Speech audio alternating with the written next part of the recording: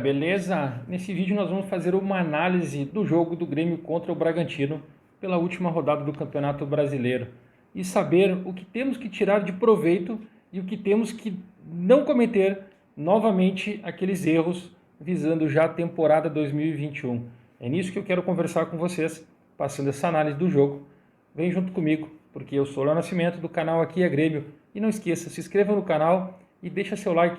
Compartilhe o vídeo com os amigos para a gente continuar crescendo cada vez mais aqui no canal, no YouTube. Beleza? Então, galera, o Grêmio começou com o time misto. Na verdade, foi um misto de reservas e o Sub-23, o chamado time de transição.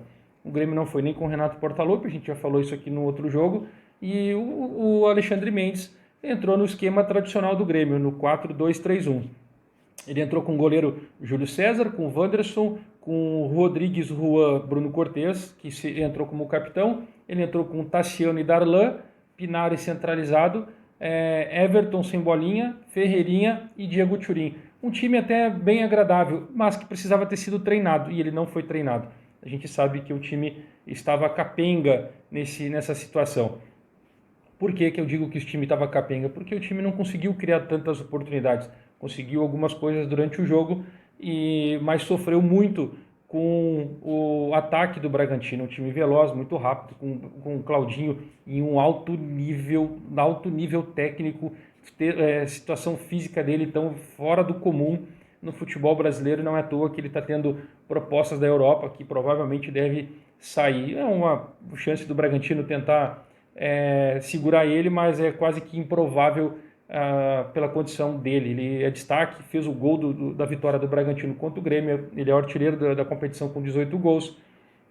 Mas o que a gente tem para passar a respeito do que tem de favorável no time do Grêmio, para depois a gente falar sobre os erros. O que a gente destacou? O Bragantino chegou a fazer fez o primeiro gol, o único gol do jogo, aos 7 minutos do segundo tempo. Mas eles tiveram várias oportunidades de abrir o placar.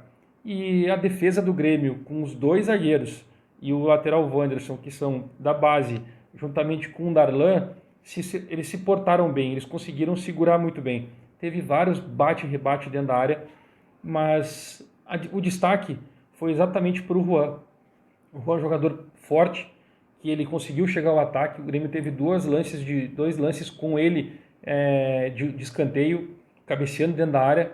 Ele tem uma impulsão muito forte, muito alta. Teve um no primeiro tempo e um no segundo tempo, aos 39, que quase saiu o gol do Grêmio, o gol dele, o gol de empate. E ele consegue recompor com mais rapidez, com mais agilidade. Ele é mais rápido do que outros zagueiros que o Grêmio tem no grupo. E esse é o primeiro item,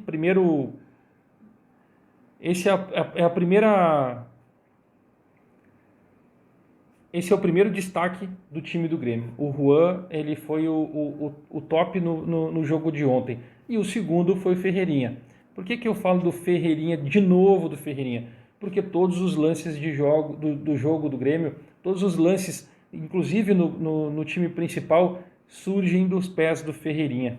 Ele é o cara que recebe a bola, ele que sai em velocidade, ele é o cara que dribla, ele é o cara que corta, ele é o cara que vai para dentro da área, ele faz o confronto de 1 contra 1. E ele está sendo esse destaque no time do Grêmio. Ele foi para esse jogo em Bragança para ganhar minutagem porque os titulares ficaram em Porto Alegre junto com o técnico Renato se preparando para o confronto da Copa do Brasil. Mas o titular é PP na esquerda e Alisson na direita. E o Ferreirinha seria o substituto do PP e o Luiz Fernando o substituto do Alisson. Só que o Ferreirinha está um passo acima, apesar que o Luiz Fernando está machucado, mas ele está um passo acima para poder substituir qualquer um dos dois. E qualquer um dos dois lados, o Ferreirinha ele consegue sim desequilibrar. O que o Grêmio tem que fazer neste momento em relacionado ao Ferreirinha é tratar com que ele tenha, que dose o seu condicionamento físico para suportar o jogo 90 minutos. Ele cansa muito rápido porque ele é muito explosivo, ele é muito intenso em todos os seus lances. Durante o jogo contra o Bragantino, o Grêmio teve alguma oportunidade de criação, teve mais chances quando o Alexandre Mendes tira o Darlan e coloca o Isaac. E ele muda o esquema do time.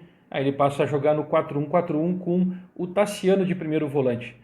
E uma coisa nos deixa assim meio preocupado, porque, cara, o Tassiano acabou sendo primeiro volante. Mas não tinha ninguém no banco para ser o primeiro volante, para poder jogar e não ser improvisado, porque o Grêmio sofreu durante o jogo. Por mais que tenha jogado com eles, o time do Bragantino é um baita de um time muito bom, de jovens, com velocidade, com intensidade. Até o seu próprio treinador fala isso o tempo inteiro. Mas o Grêmio podia ter jogado com um volante, podia ter jogado com o Lucas Araújo, cravado na frente.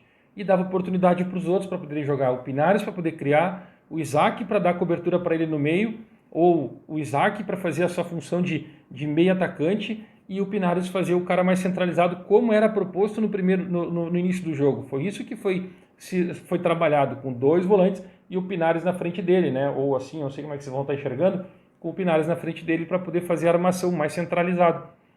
Não conseguiu executar essa função. Então, assim, quando a gente começa a falar sobre os erros cometidos em táticos ou técnicos, né? Táticos por ser esquema tático e técnicos, que seriam a questão dos jogadores, primeiro tu começa com o Júlio César. Cara, elogiar o Júlio César, o Grêmio podia ter tomado 4 ou 5 gols, se não fosse ele, o Grêmio ia ter sido uma goleada. Ele foi muito bem. O gol que o Grêmio tomou foi de fora da área, ou seja, o Bragantino teve 2 oportunidades dentro da área, não conseguiu converter, e aí o Grêmio fechou a casinha, e num bate-rebate de fora da área, um toque de primeira, o Claudinho conseguiu chutar cruzado de fora da área e colocar no canto do Júlio César. Mérito do Claudinho. Isso, ele já tinha dado uma bola na trave de fora da área também, que o Júlio César estava batido. A bola ia entrar, ele não ia ver, de jeito nenhum. Não tinha, ele já estava batido. Aí, quando ele chegou no lance, a bola já estava fora da área, para vocês terem uma noção de como foi a situação do lance plástico, né, do Claudinho batendo de fora da área.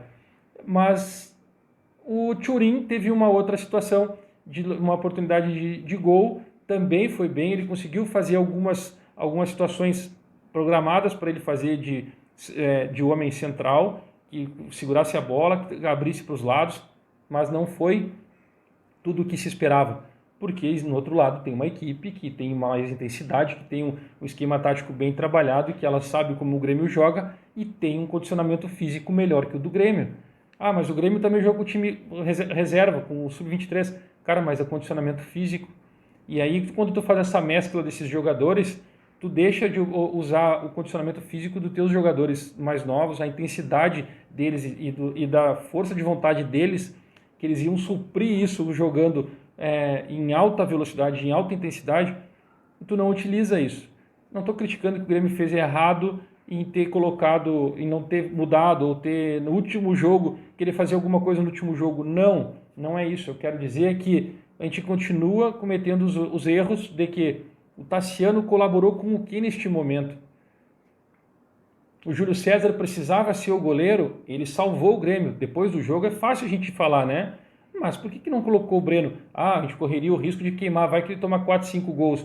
O Júlio César era o último jogo dele. Tá, nesse pensamento, como eu acabei recebendo de amigos pelo WhatsApp, eu até concordo. Mas tu fez só 2 substituições no jogo. Por que tu então não trocou o goleiro no final do segundo tempo? Dá 10, 15 minutos para o Breno jogar. Se o Grêmio já estava perdendo, aí tu quer tentar empatar o jogo, vencer, ia fazer o que de diferente? Está ali para ver os jovens, está ali para ver o jogo, para ver o condicionamento, para ver como eles vão se comportar. E aí tu deixou Pedro Lucas no banco, tu deixou Lucas Araújo no banco, tu deixou Fernando Henrique no banco. A gurizada que estava aqui voando, que estão voando, que querem jogar. Bom, galera, relacionado a sobre isso, o Grêmio encerra a competição em 6º lugar, 59 pontos, pela 6ª vez, ou 6º ano consecutivo, consegue atingir a classificação para a Libertadores, e agora vai trabalhar em cima da Copa do Brasil contra o Palmeiras nos últimos 2 jogos da temporada. Em meio disso começa o Campeonato Gaúcho. Nós vamos falar agora sobre a Copa do Brasil, a final, que a gente tem muita coisa para conversar. Beleza? Se você gostou do vídeo, então se inscreva no canal, ative as notificações, deixa seu like e compartilhe o vídeo com amigos. Traga mais gremistas para esse canal e a gente cada vez mais crescer. Beleza? Valeu, vem junto, porque aqui é Grêmio.